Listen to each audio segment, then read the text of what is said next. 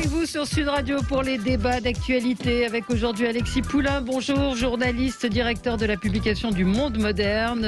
On peut vous retrouver tous les mercredis matins pour l'édito politique dans la matinale de Sud Radio. Jérôme Rivière, député européen du Rassemblement National. Nicolas Corato, président fondateur du think tank Place de la République. Bonjour.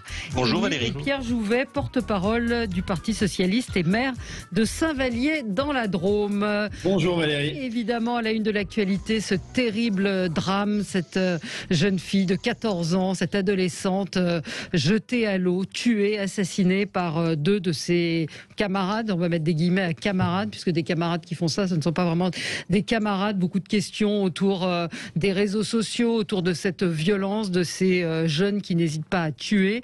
On va parler de ces syndicats étudiants et en particulier de ce qui se passe à Grenoble. On en a déjà parlé. Hier, vous avez peut-être entendu l'enseignant s'exprimer, expliquer qu'il était aujourd'hui détesté, haï de ses collègues parce qu'il jetait l'opprobre, une mauvaise image sur l'IEP de Grenoble.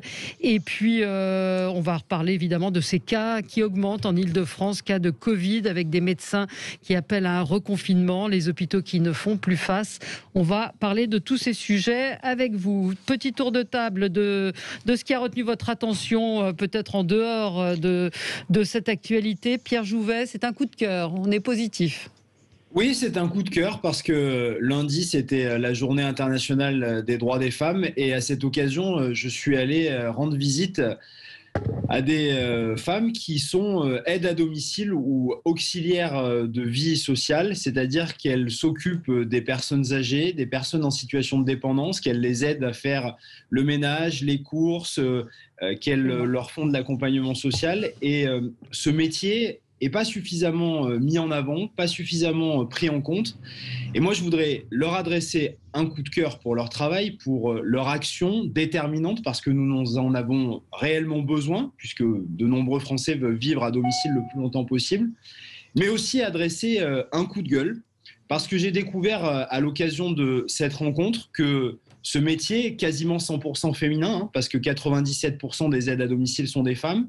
Eh bien, le salaire moyen, c'est 950 € net par mois. 950 € net par mois pour ces femmes de l'ombre, pour ces femmes invisibles qui n'ont pas été revalorisées dans le Ségur de la santé, qui doivent utiliser leur véhicule personnel pour aller chez les personnes âgées, qui gagnent très peu d'argent et qui sont pourtant essentielles dans le maillon de la solidarité de cette société. Et moi, je voudrais leur adresser non seulement mon soutien, mais aussi lancer à travers votre radio un appel auprès du gouvernement pour qu'il prennent en compte les demandes des associations d'aide à domicile pour revaloriser leur salaire, pour leur revaloriser un salaire plus juste et qu'au moins toutes ces femmes puissent être à minima au SMIC et qu'on ait une augmentation pour les salaires. Ce serait une enveloppe de 500 millions d'euros à déployer et je pense que dans la période, c'est non seulement utile mais nécessaire et donc je voulais leur apporter ce matin. Pourquoi elles ne touchent pas le SMIC ? Le SMIC, c'est le salaire minimum. Pourquoi elles ne sont pas au SMIC ? Elles ne sont pas au SMIC pour la plupart parce qu'en fait, elles sont en temps travail partiel. coupé. Elles sont en travail coupé et à temps partiel. Et comme les tournées sont longues, elles ne font généralement que des 85 ou 90%. Et donc, la plupart d'entre elles se retrouvent en dessous du SMIC. Et ce sont les associations à but non lucratif comme l'ADMR, par exemple, et l'ADMR d'Albon que j'ai rencontré, qui sont là pour compléter. Mais vraiment, il faut les accompagner parce que c'est un métier en devenir. Et en plus de ça, c'est un travail extrêmement précieux et exigeant et on a besoin d'elles. Alors, j'en profite, ça n'a peut-être pas grand-chose à voir, mais quand même, et vous savez qu'il y a le Ségur de la santé qui a commencé. Et hier, Jean Castex a annoncé des hausses de salaire étendues aux médecins des hôpitaux privés, par crainte que ces médecins, ça fait sourire Alexis Poulain, mais moi aussi, si ce n'était pas tragique, écoutez la raison, en disant que les médecins du privé risquaient de partir dans le public. Donc, j'ai vu certains médecins réagir et être très, très en colère sur cette décision. L'hôpital public est en train de crever, il n'y a pas d'argent, et l'une des premières décisions, alors ça faisait partie des revendications du secteur, donc contre une possible fuite des praticiens vers l'hôpital public. On va revaloriser le salaire des praticiens du privé. Alors, je ne connais pas la question. Peut-être qu'il y a une disparité, mais enfin, il y avait peut-être plus urgent à faire. Et j'entends, et votre coup de gueule, Pierre Jouvet, est tout à fait salutaire et juste, et je m'y associe grandement. Nicolas Corato, c'est un coup de cœur ? Oui, enfin c'est un coup de cœur et c'est peut-être une information qui est en une du Figaro, moi qui m'a beaucoup marqué aujourd'hui. C'est la lettre commune que viennent de signer la Conférence des évêques de France, la Fédération française protestante et la métropolite orthodoxe de France. Donc les 3 églises chrétiennes, je dirais, qui sont présentes en France, qui signe un document contre la loi sur le renforcement des principes républicains, dite communément dans les médias loi contre le séparatisme.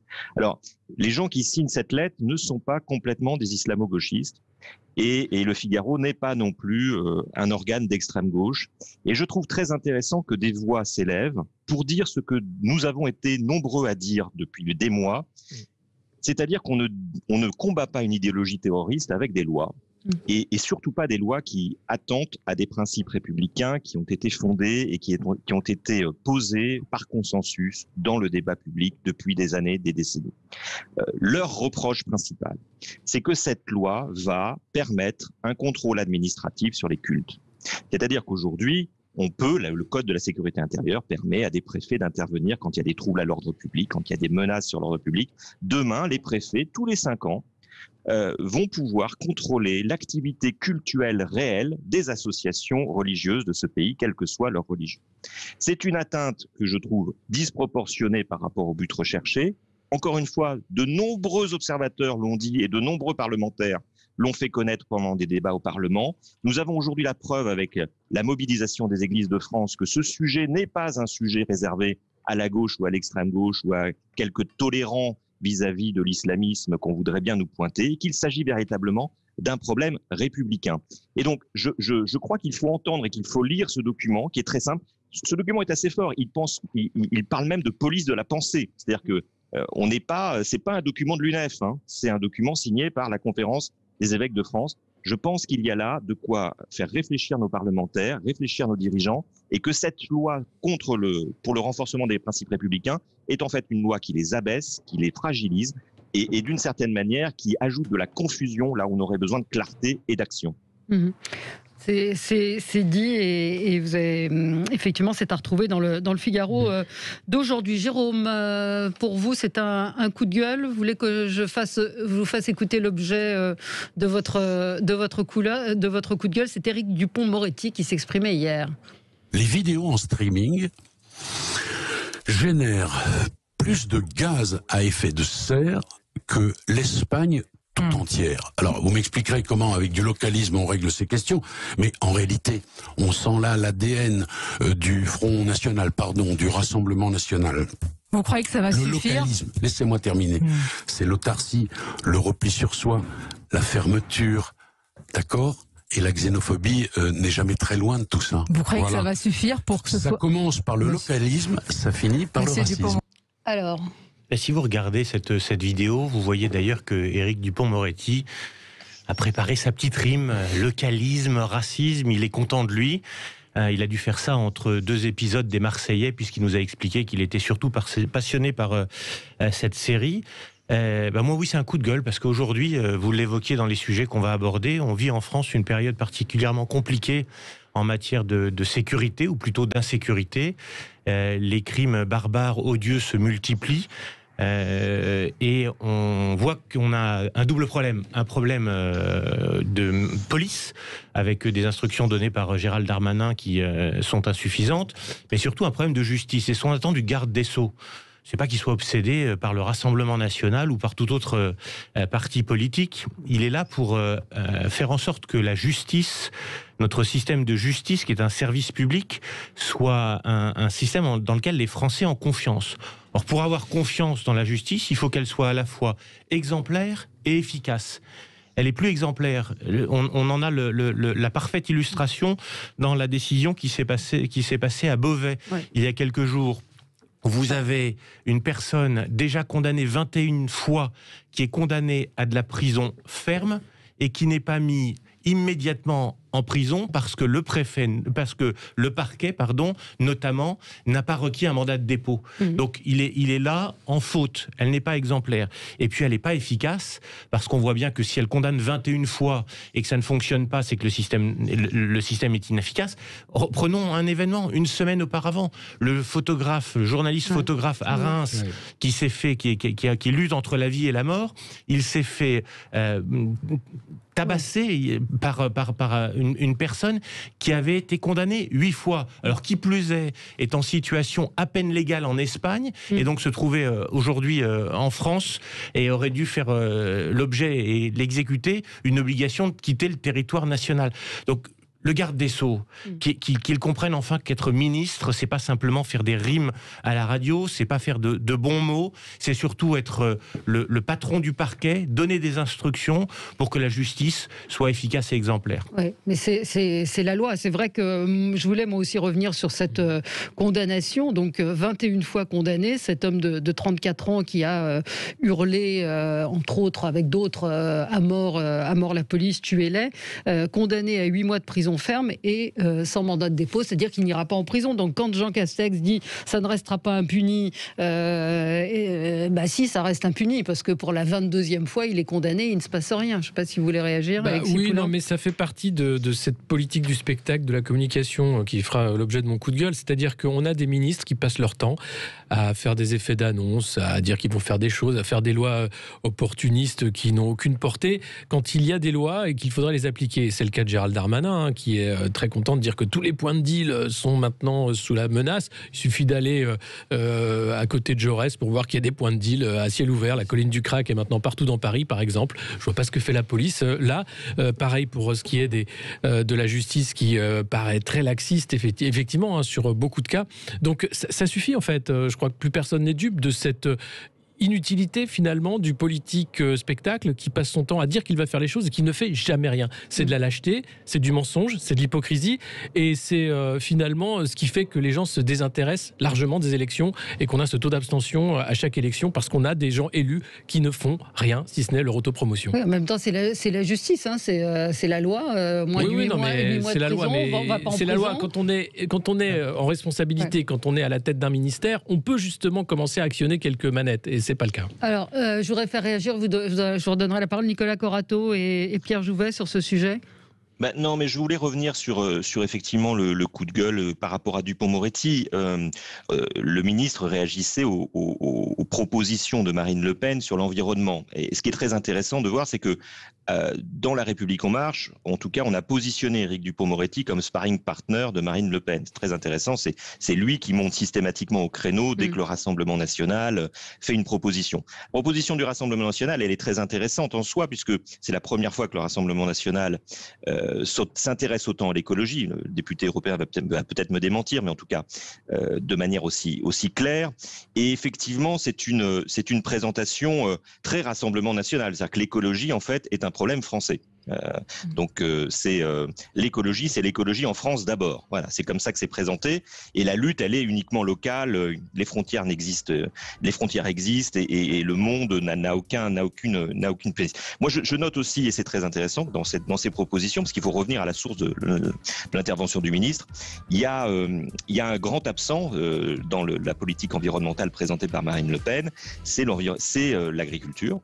J'ai l'impression que Marine Le Pen ne conçoit pas le problème écologique que pose l'agriculture intensive. Par exemple, rien n'est dit sur les pesticides dans les 15 questions qui voudraient être posées par référendum. Je ne veux pas lancer le débat ici, mais je trouve intéressant que ce soit le ministre de la Justice qui soit dénommé sparring partner de Marine Le Pen, et un peu étrange, là aussi, Alexis Poulain parlait de communication, je trouve l'exercice de communication du Rassemblement national sur l'environnement un tout petit peu étrange, un tout petit peu posé là, un peu hors sol, comme vous diriez, Valérie Expert. J'aime bien cette expression. Voilà, je sais. Et donc je suis un peu étonné aussi de ce positionnement là maintenant, mais c'est un sujet intéressant. Mais on va y revenir. On est obligé de marquer une pause parce que c'est l'heure des infos, mais on se retrouve avec vous sur Sud Radio dans un petit instant. Pierre Jouvet, vous aurez aussi la parole. À tout de suite.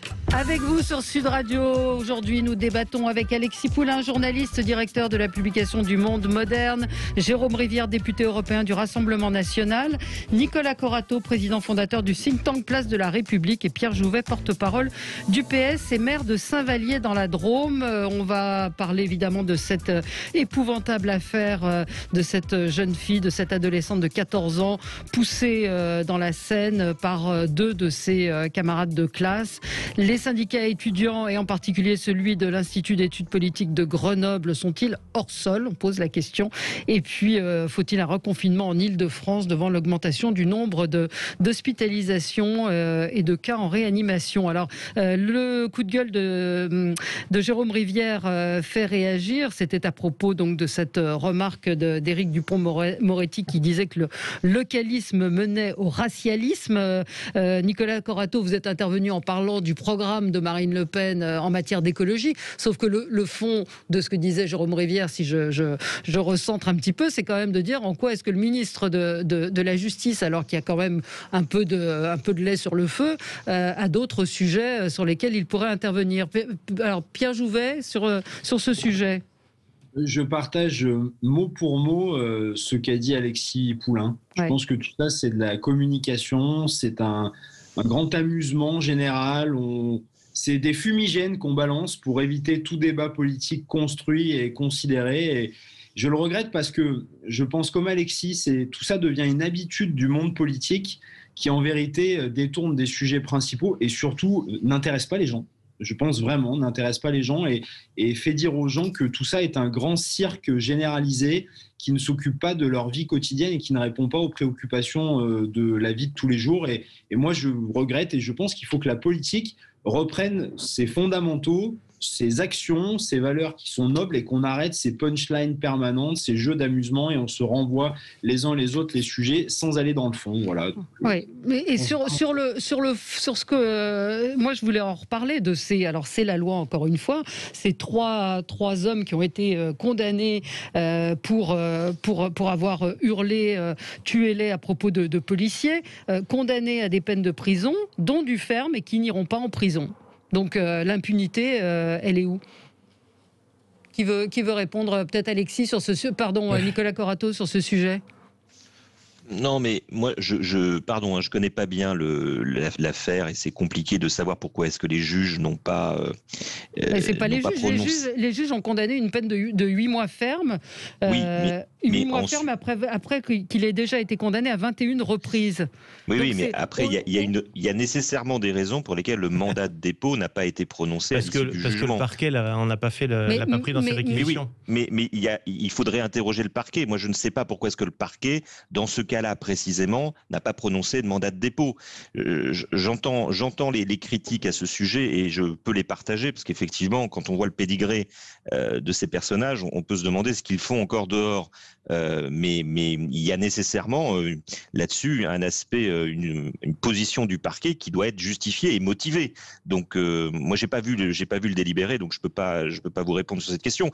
Il n'empêche qu'effectivement je comprends parfaitement que ce soit choquant pour la population, pour les forces de l'ordre qui ont subi ces attaques inacceptables et qu'effectivement ça pose des questions sur la politique pénale. Et je rejoins les critiques qui ont été faites notamment sur la politique pénale en France. On aimerait un peu plus de clarté, de lisibilité sur les réelles intentions de ce gouvernement en matière de politique pénale. Oui. Moi, je voulais quand même réagir à ce qui a été dit, parce que je ne peux pas laisser caricaturer à ce point-là les propos qui ont été tenus par Marine Le Pen hier concernant les propositions sur notre modèle environnemental. D'abord, c'est pas hors sol. On a en ce moment à l'Assemblée l'Assemblée nationale une loi climat. On a par ailleurs au Parlement européen, et ce sera voté cet après-midi, l'équivalent d'une taxe carbone, ça s'appelle mécanisme d'ajustement sur les émissions de CO2. Donc on voit bien que c'est une préoccupation quotidienne des Français, des Européens, de la planète entière, les problèmes de climat. Donc nous y répondons parce que nous considérons que c'est important. Nous n'y répondons pas en étant rétractés sur nous-mêmes, puisque nous sommes contents de constater qu'au Parlement européen, ce mécanisme d'ajustement, Yannick Jadot expliquait qu'il était utile de prendre des dispositifs permettant de protéger nos frontières. Donc ils sont passés, enfin, ont compris qu'il fallait du protectionnisme. Donc nous engrangeons cette victoire idéologique, une de plus. Donc ça fait partie de ces propositions, et le localisme a pour objet non pas simplement un objet environnemental, mais aussi industriel. C'est-à-dire qu'il faut relocaliser un certain nombre de choses, des industries, notamment, on l'a vu dans tous les domaines, y compris pharmaceutiques, on en parlera tout à l'heure, au moment de la crise du Covid. Bon, là, mais vous répondez sur le localisme. Juste une précision, le parquet, la présidente, donc c'est la présidente du tribunal qui a expliqué que le tribunal considère que le trouble à l'ordre public est mesuré pour justifier les peines prononcées. Voilà mais ça, la c'est précision. Mais il y a quand même deux choses. Il y a les réquisitions du parquet, qui est donc le ministère public, c'est-à-dire l'émanation du garde des Sceaux qui doit faire des réquisitions, et ensuite les juges qui prennent leurs décisions. Et la décision de justice, elle est malgré tout une décision de prison ferme. D'accord, mais le parquet, donc c'est-à-dire le garde des Sceaux, n'a pas dit « mais je souhaite que la peine prononcée soit immédiatement exécutée ». Donc ça, c'est une faute d'Éric Dupond-Moretti. C'est lui qui ne donne pas d'instruction en ce sens-là. Il se préoccupe de politique politicienne au lieu de veiller à la sécurité des Français. Donc il y a la justice, on peut débattre de l'aspect laxiste ou non de la justice, mais là, pour le coup, il y a une décision de prison ferme. Alors après, on peut parler du fait que cette décision de prison ferme, elle n'aurait pas été appliquée puisqu'il y a des réductions de peine automatiques, mais il n'y a même pas une demande, même pas une tentative de la part du garde des Sceaux de faire exécuter la peine.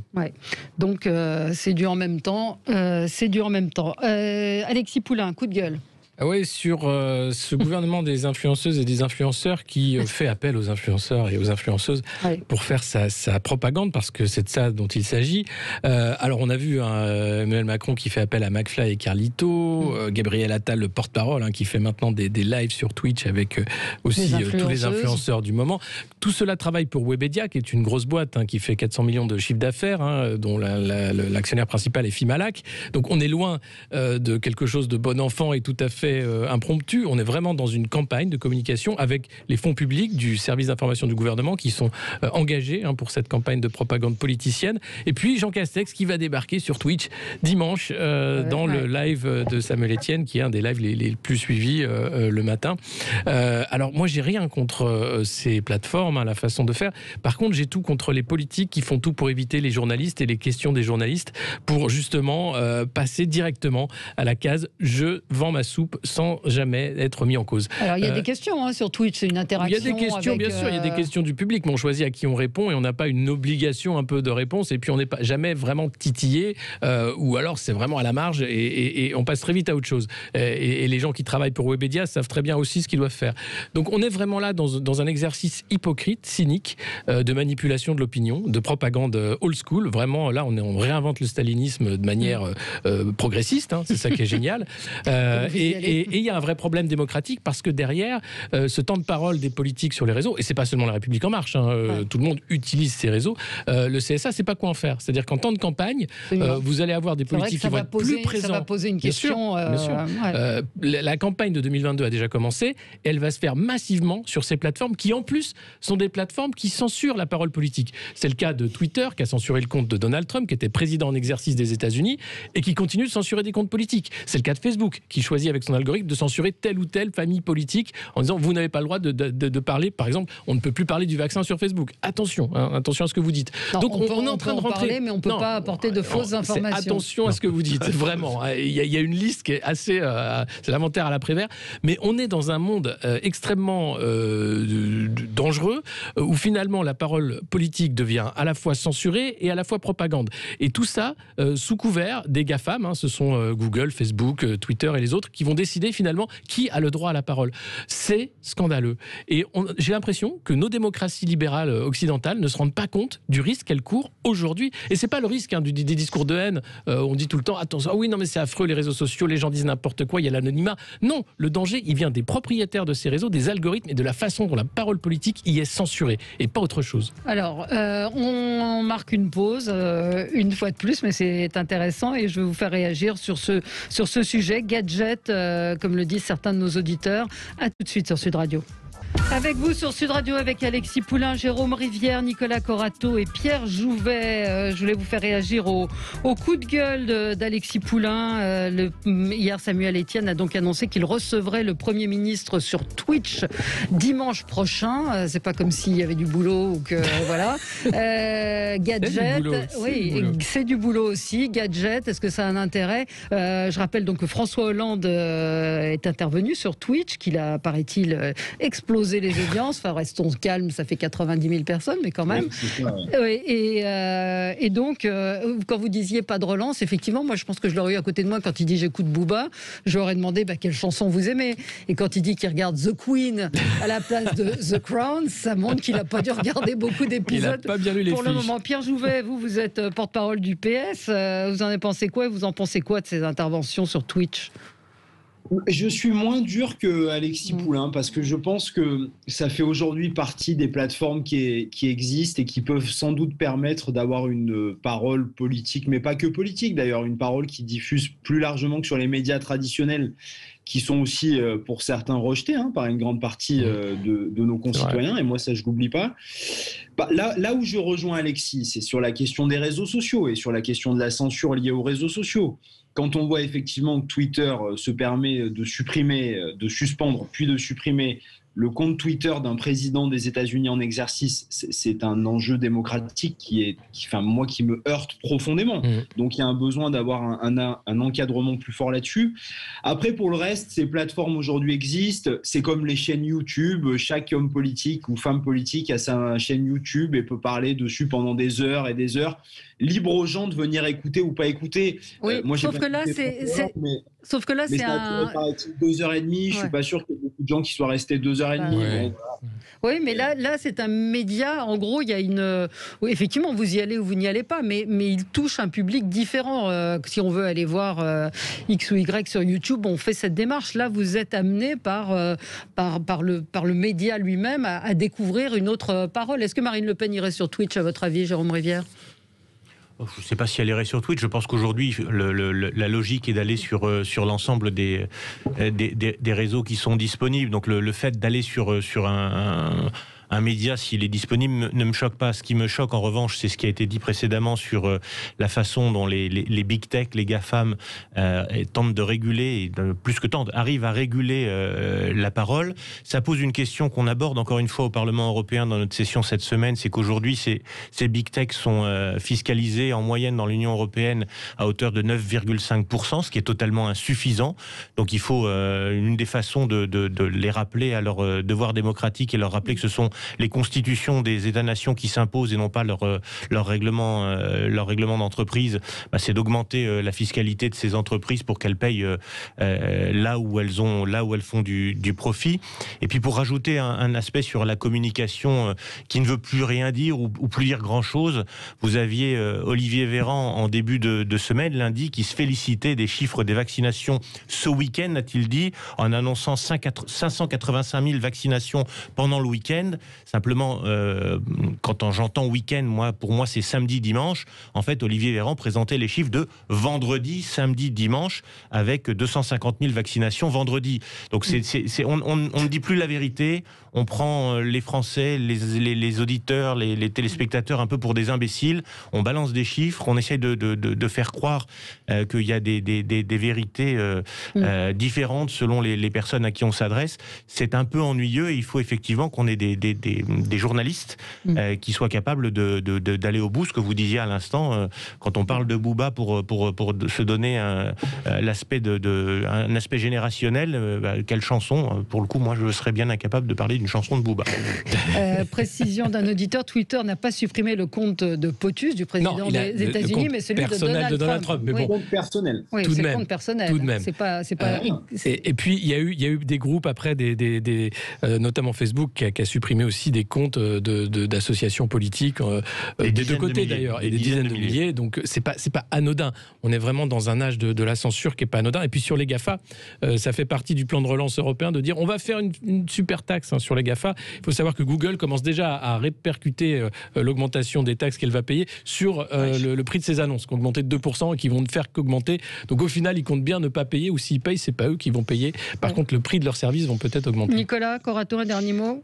Oui, moi je trouve que tout ça, ça participe de la dépolitisation en fait en France. C'est-à-dire que d'abord Twitch, pour revenir à ça, c'est quand même un réseau qui s'adresse à des jeunes. On sait que les jeunes ne votent pas dans ce pays. Absolument.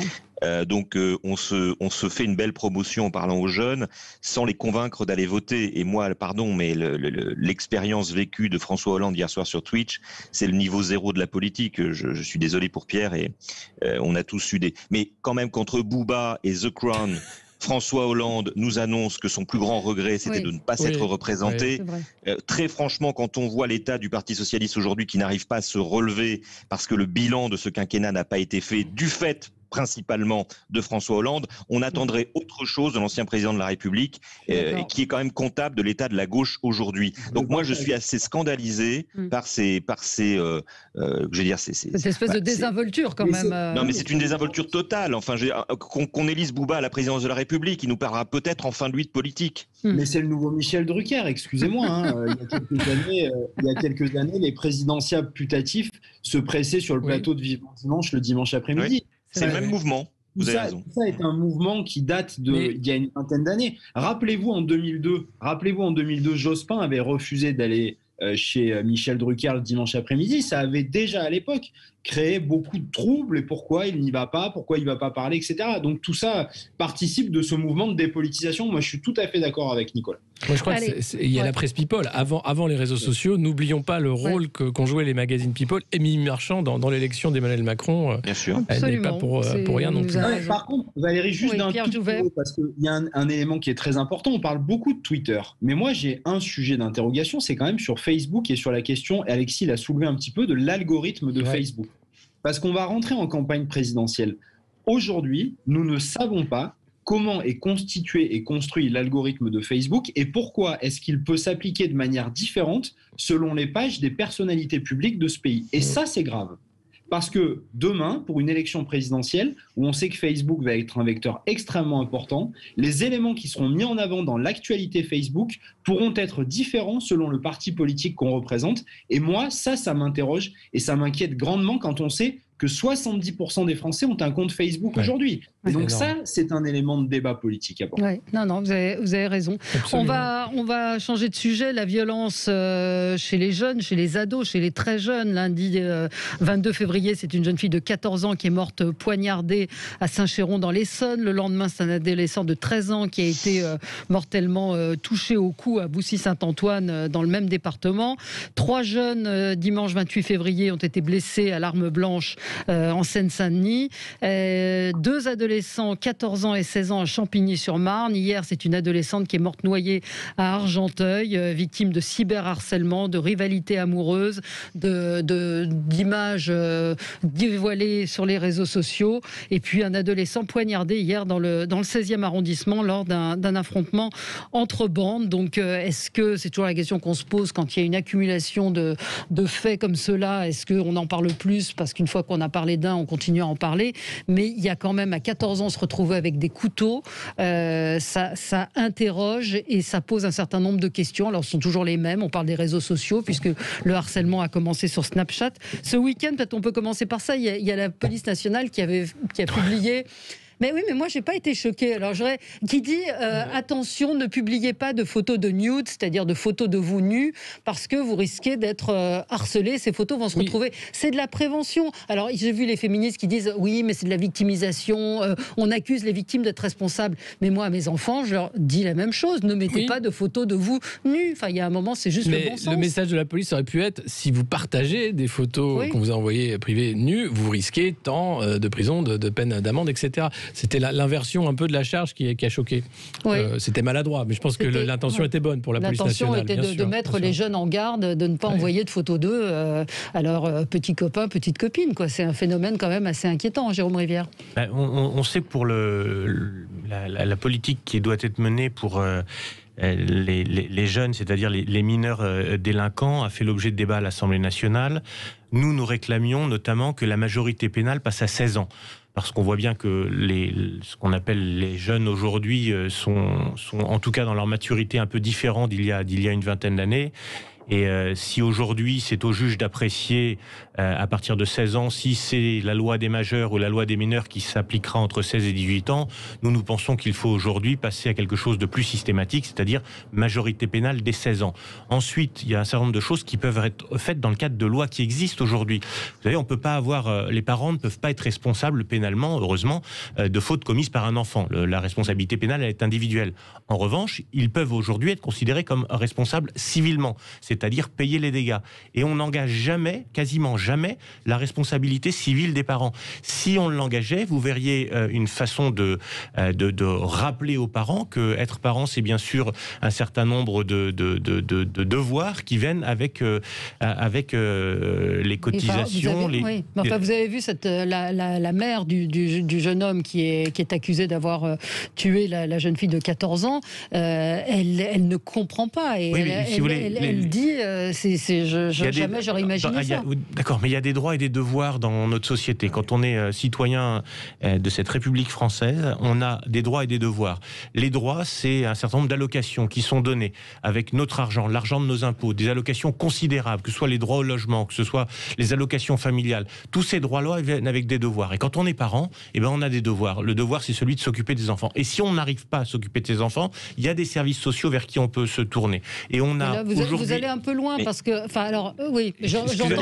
je pense qu'il existe aujourd'hui des services éducatifs vers qui un parent peut se tourner en disant « je n'y arrive pas ». Or non, ils se désintéressent pour un certain nombre d'entre eux complètement du sujet et on voit bien que quand vous avez des enfants qui à 22h sont dehors quand ils ont 14 ans, je ne peux pas entendre que le je n'y arrive pas. Mais si on n'y arrive pas, on va voir des services spécialisés. Il y a tous les départements conduisent des politiques considérables, les élus locaux sont attentifs. On a dépensé 200 milliards dans le cadre de la politique de la ville depuis 20 ans. Donc des structures sont là, c'est parce qu'il y a un certain nombre de gens qui ne prennent pas leurs responsabilités et donc il faut les re-responsabiliser. Et il y a d'autres mesures qui peuvent être prises, notamment avec les lois qui existent aujourd'hui, c'est des mesures d'éloignement. Lorsqu'un mineur est pris, est condamné pour un acte de délinquance, on l'empêche de revenir dans le département dans lequel il vivait. Ça lui permettra d'être éloigné du lieu de la bande avec lequel il commet ses agressions. Ça permettra aux parents aussi de ne plus être directement responsables.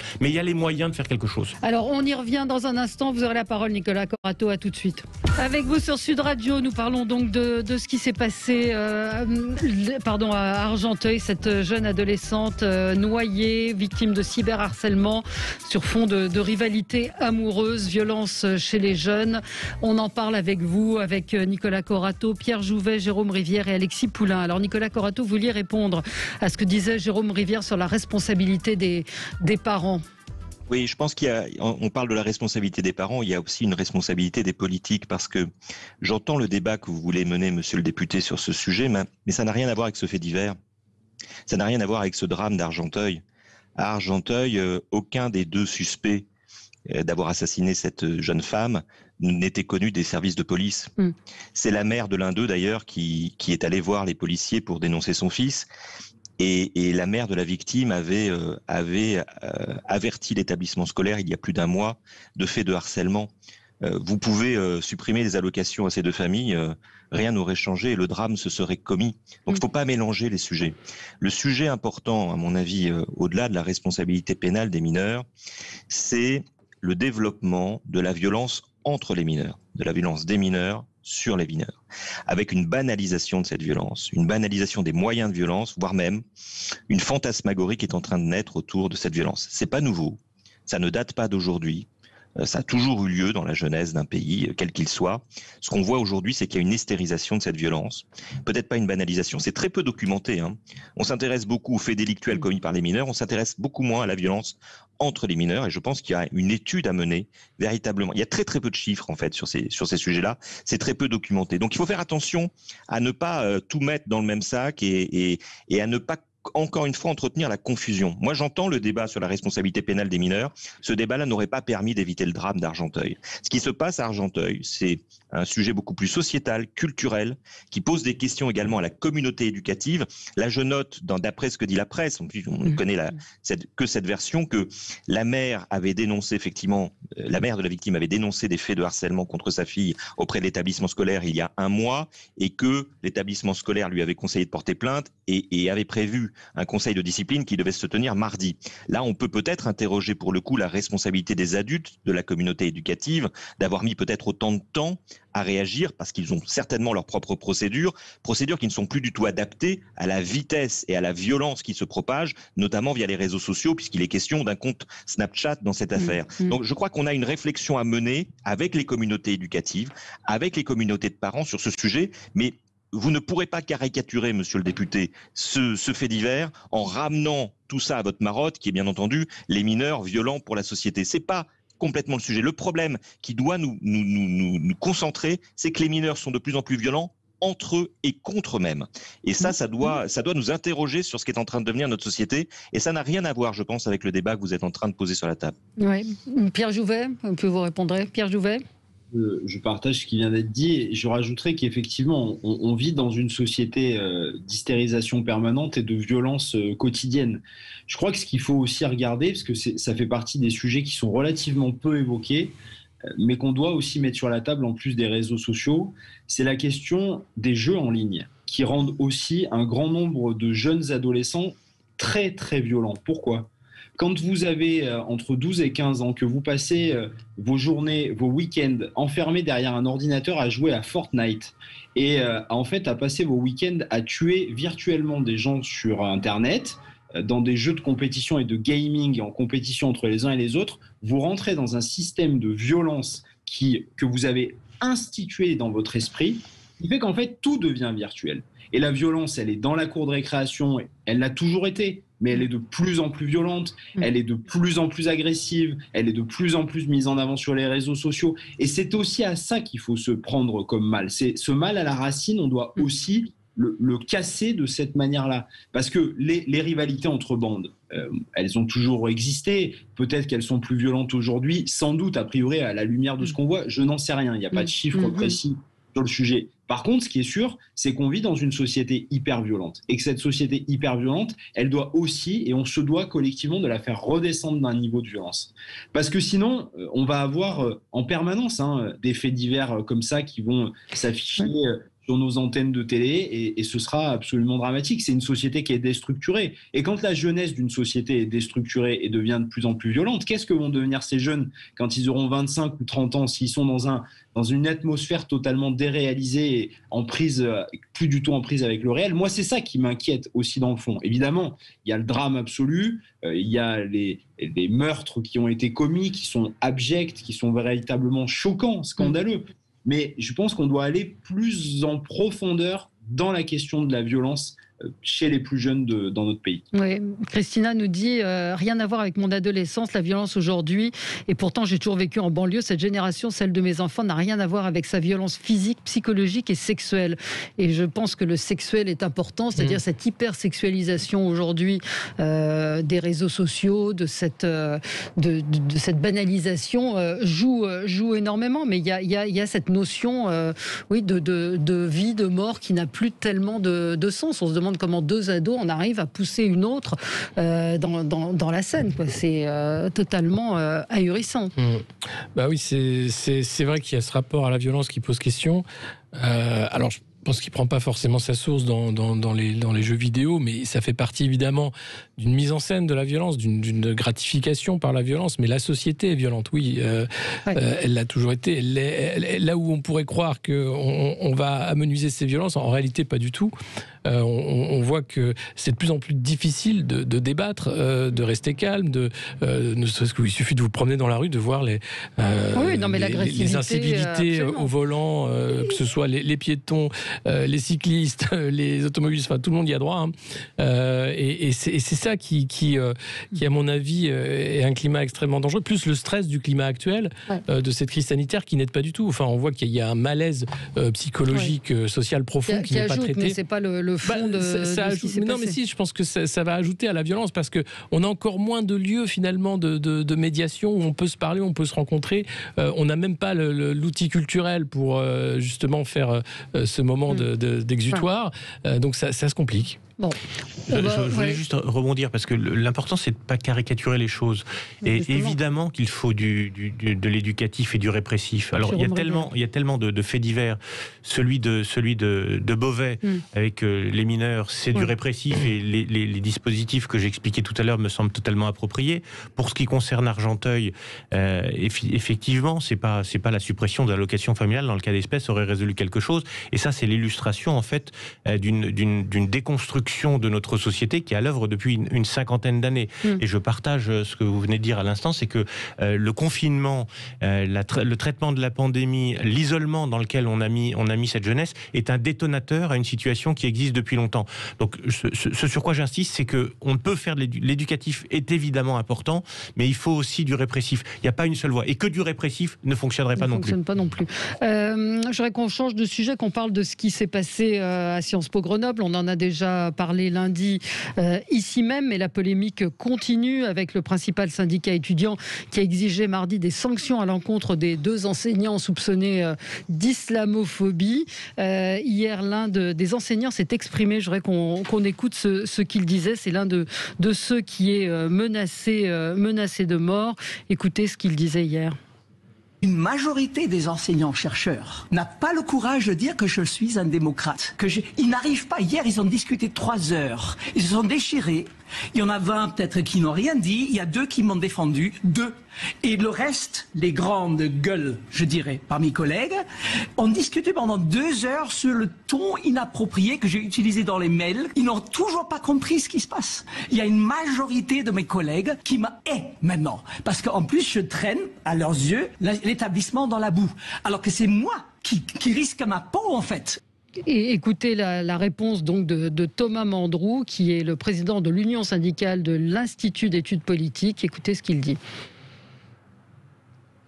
On l'a pas, on n'a pas Thomas Mandrou, je pensais qu'on l'avait. Donc lui, il dit, nous continuerons à demander des sanctions tant que ces 2 professeurs ne se seront pas excusés. Ce sont 2 professeurs qui ont donc aujourd'hui des cibles dans le dos. On se souvient de ce qui s'est passé pour Samuel Paty. On est quand même là aussi un peu sidéré de ce qui se passe, Alexis Poulain. Moi, je suis particulièrement sidéré parce que j'ai fait l'IEP Grenoble. J'en sors, donc il y a longtemps, mais à l'époque, on pouvait discuter, dire ce qu'on voulait, débattre, et ça fait partie de cette violence en fait, où le débat est rendu impossible par une idéologie militante assez dangereuse, où il faudrait empêcher la parole, censurer systématiquement, plutôt que de débattre et de dire mais peut-être que on n'est pas d'accord, mais on peut s'entendre et on peut sans doute trouver un point d'accord.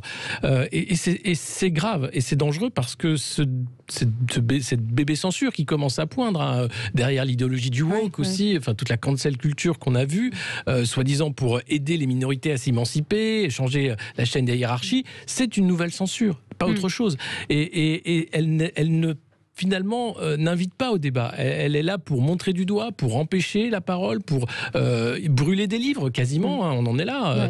C'est l'idée de réécrire d'une certaine façon l'histoire, de faire autrement le débat, et c'est insupportable, surtout dans les milieux universitaires. Ça, néanmoins, n'amoindrit pas la responsabilité de la ministre Vidal d'utiliser un terme comme islamo-gauchisme pour, elle aussi, pointer du doigt inversement. Mais enfin, c'est pas la preuve de cet islamo-gauchisme. Mais c'est la preuve que que le débat, quand il est dans ces termes caricaturaux, idiots, stupides, n'est plus un débat, c'est de la vindicte et c'est du combat. Et c'est du combat dangereux parce que ça va déboucher, comme vous le dites, sur des cibles dans le dos. D'un côté, ceux qui sont de ce camp-là sont montrés du doigt et sont mis en avant. Et puis de l'autre côté, les autres aussi sont publiés sur des listes en disant voilà, ceux-là sont dangereux aussi. Comment on en arrive là dans un monde, en plus, qui est censé mettre en avant l'esprit critique, la pensée et la réflexion. C'est plutôt inquiétant pour notre pays. Et l'IEP de Grenoble, enfin le syndicaliste dit « Nous dénonçons la récupération politique faite par la droite et l'extrême droite ». Donc là, c'est le point... non, mais il n'y a pas de politique là-dedans. Il y a un moment, il n'y a pas de politique. On y revient dans un instant. À tout de suite, restez avec nous sur Sud Radio. Vous sur Sud Radio avec Alexis Poulain, Jérôme Rivière, Nicolas Corato et Pierre Jouvet. À l'instant, on me fait parvenir un texte qui avait été publié par l'essayiste Malika Sorel-Sutter en 2013. Et elle dénonçait déjà à l'époque le caractère islamiste qui avait visé des menaces de mort qui avaient visé le directeur de l'IUT de Saint-Denis. C'était en 2013. Il y avait eu un rapport qui avait été fait par le Haut Conseil à l'intégration et qui a été complètement mis sous le tapis, absolument pas pris en compte. Et déjà à l'époque, il y avait déjà des affaires comme celle-ci.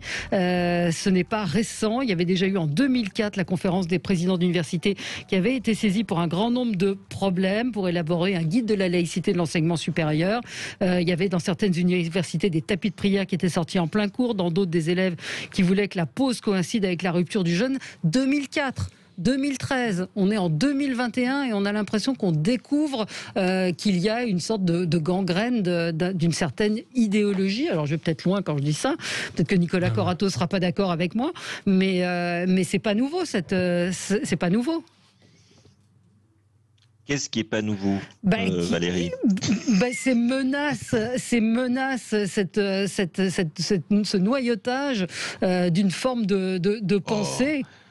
Écoutez, si ceux que vous appelez les islamo-gauchistes noyautaient vraiment l'université, ça se verrait un peu plus et ça se saurait. La réalité, c'est que l'université a toujours été un endroit de débat. Entre professeurs. Quand on interdit de jouer la pièce de Sharp, quand on interdit la venue de Madame Agazinski, c'est un endroit de débat et de débat libre avec des rapports de force qui s'expriment et qui se sont toujours exprimés. Là, je note quand même. Et moi, je suis pour la liberté de débat et la liberté d'enseignement dans les universités, quelle que soit la tendance politique des professeurs. Moi, j'ai eu un professeur à Paris 2 Assas qui s'appelait Monsieur Martinez, que vous connaissez peut-être, Monsieur le député, qui m'a donné des cours de fiscalité. Il était présenté avantageusement par un organisme s'appelait le GUD aux étudiants. On n'en faisait pas un fromage et on prenait la part des choses, mais en même temps, quand il avait des propos racistes, puisqu'il en avait, on le signalait parce que c'était notre droit d'étudiant. Donc j'ai l'impression qu'au moins ce débat, il se passe à l'IEP de Grenoble.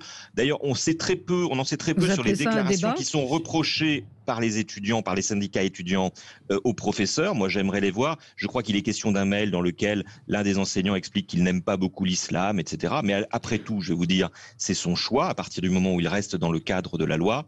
Moi, j'ai l'impression que tout ça est monté en épingle, qu'on veut trouver encore une fois une illustration de ce fameux entrisme, de cette prise de pouvoir de l'islamo-gauchisme.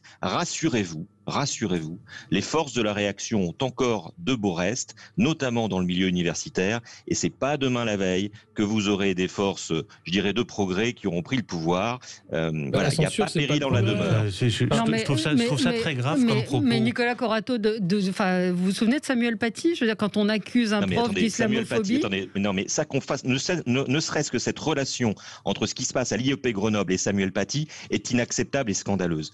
Samuel Paty, il n'a pas eu des propos islamophobes. Samuel Paty n'a pas fait un cours contre l'islam. Samuel Paty, il a fait un cours sur la liberté d'expression. Ça n'a rien à voir avec ce qui se passe à l'IEP de Grenoble. Vous étiez présent dans le cours du prof de Grenoble, donc il a fait un cours contre l'islam, il a fait un cours qui était contraire à la République. C'est le débat qui est sur la table et qu'il faut aujourd'hui traiter avec des enquêtes objectives qui n'existent pas aujourd'hui. Je ne sais pas ce que reprochent les syndicats enseignants et syndicats étudiants à leurs profs. Je ne comprends pas la réaction des profs par rapport aux syndicats étudiants. Laissons-les débattre. C'est le jeu de l'université. Mais justement, ils refusent de débattre. Mais ne faites pas le lien avec Samuel Paty, s'il vous plaît. C'est inacceptable, c'est scandaleux.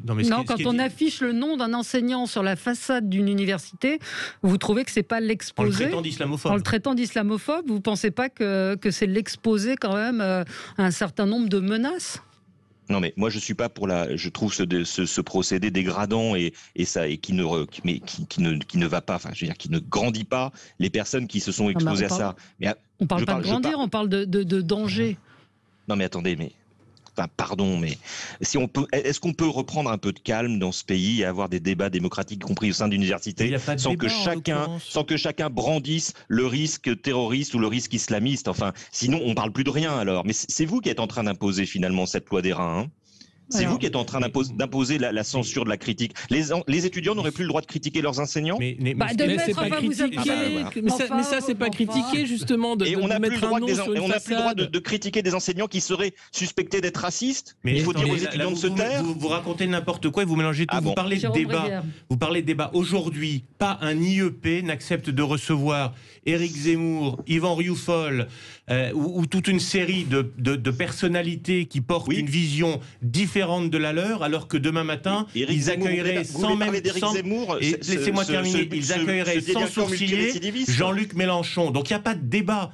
Il y a une culture aujourd'hui qui est imposée à l'université, avec des syndicats étudiants qui se sont érigés en décideurs de débats autorisés et des débats interdits. Donc il y a aujourd'hui cette culture qui interdit la critique des religions, qui interdit tout débat sensé, rationnel, public, et qui impose une vision unique des choses. Et par ailleurs, excusez-moi, mais on ne peut pas mettre de côté la menace terroriste aujourd'hui. Et lorsque un professeur est désigné avec les termes « il est islamophobe », ça met sa vie en danger. D'ailleurs, le ministre de l'Intérieur l'a compris et fait protéger ses enseignants. Donc vos propos sont absolument inacceptables dans le débat d'aujourd'hui. Dire que ce n'est pas grave, c'est mensonge et c'est participer à cette mise en danger des professeurs. Non mais c'est quoi le débat, Nicolas Corato, de mettre le nom d'un prof sur la façade d'une école, d'une université? Encore une fois, je vous ai dit que j'étais pas favorable à ce genre de favorable.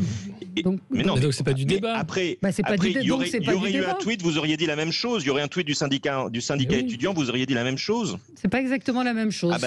Alors, Pierre Jouvet. Bon, plusieurs éléments. D'abord, la première chose, parce que si on reprend cette affaire de Sciences Po Grenoble, il faut reprendre du point de départ. Déjà, les visages de ces enseignants découverts, collés sur des murs, traités d'islamophobes, c'est un procédé inadmissible, pitoyable et abject. Il faut le condamner de toutes nos forces. Ça, c'est la première chose.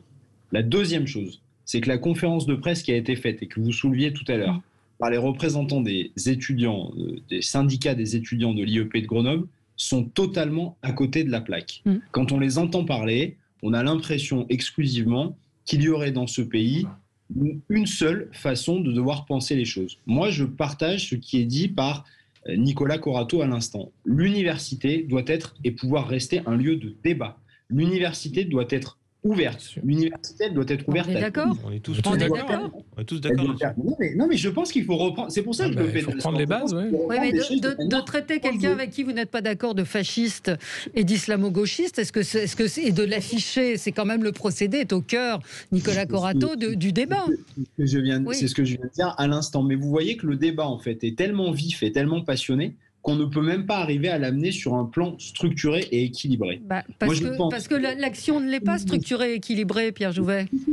Si, parce que moi je ne crois pas, à l'inverse de ce qui peut être pensé par certains, je ne crois pas que l'université française soit gangrénée par des islamo-gauchistes. Ce n'est pas vrai, ça n'existe pas. Et donc quand une ministre de l'enseignement supérieur le dit, le répète et l'affirme, c'est une faute politique majeure parce qu'elle rajoute de l'huile sur un feu qui est déjà bien trop vif dans notre pays. Et donc maintenant, on doit reprendre du débat et du débat de fond. Moi, quand j'étais étudiant en sciences politiques à Lyon, quand il y avait des intervenants d'extrême droite, même parfois des intervenants pas politisés mais dont je ne partageais pas les propos, eh bien je n'allais pas aux conférences qui étaient données. Mais il n'y avait pas des interdictions que ces gens-là viennent donner leur analyse de la société, leur analyse du monde. Eh bien on doit reprendre ce sens-là et on doit remettre le débat sans s'invectiver de manière permanente, sans tout de suite se traiter d'islamo-gauchiste, de fasciste, etc. Et c'est ça qu'il faut reprendre. Je pense qu'il faut reprendre ces choses-là. Et quand une ministre traite les universitaires d'islamo-gauchistes, c'est une faute politique considérable. Et moi, je pense qu'elle aurait dû démissionner et que le Premier ministre aurait dû la faire démissionner. Parce que c'est pas comme ça qu'on va reprendre des débats qui seront apaisés et sereins dans la société. Est-ce qu'il y a des gens de gauche qui sont interdits d'aller faire des conférences dans des universités ? Vous avez cité tout à l'heure Sylviane Agacinski. Je ne suis pas sûr que Sylviane Agacinski soit une femme de droite, oui. C'est vrai. Je vous comprends. Je vous rappelle que François Hollande, quand il était allé présenter son livre, je ne sais plus dans quelle université, il avait déchiré son livre. Il avait même été arraché. Ouais. Oui, ça existe. C'est parfois de la violence qui est amenée dans tous les camps, oui. Alexis. Oui, c'est-à-dire c'est terrible de voir le degré de dégradation finalement de notre société, d'avoir à rappeler des choses aussi essentielles que l'université est le lieu essentiel du débat et qu'on doit justement accepter toutes les formes de pensée tant qu'elles respectent la loi, bien entendu, puisque le racisme c'est pas une pensée, c'est un délit.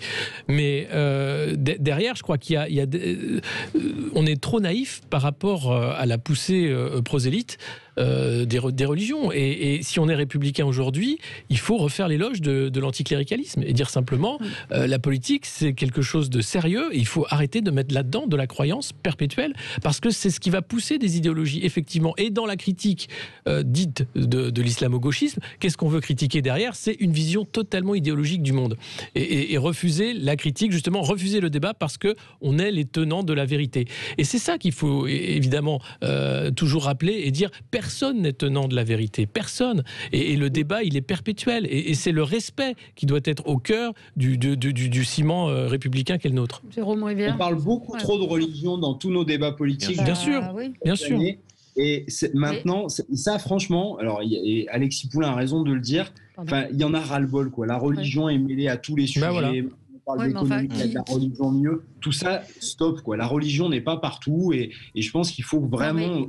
Non, mais en plus, encore une fois, on ne va pas refaire le débat, on a terminé sur l'islamophobie, mais soit il y a un délit, et dans ce cas, on porte plainte, soit il n'y a pas de délit, et la parole est libre. Il y a pas... Voilà.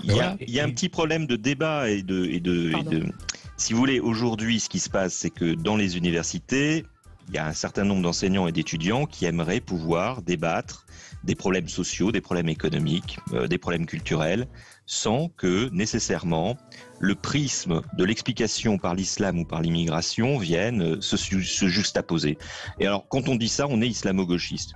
On est Moi, si être islamo-gauchiste, c'est considérer que l'islam n'est pas la grille de lecture de la politique et de la société aujourd'hui, alors je suis islamo-gauchiste. Mais c'est pas ça, c'est que ça veut dire que vous refusez le débat, c'est eux qui refusent le débat. Je considère que les sujets sont sociaux, ils sont pas religieux, ils sont pas cléricaux, et qu'aujourd'hui, on devrait se polariser là-dessus. D'ailleurs, je le dis à l'attention également des syndicats étudiants. Moi, je serai syndicaliste étudiant à l'IEP de Grenoble.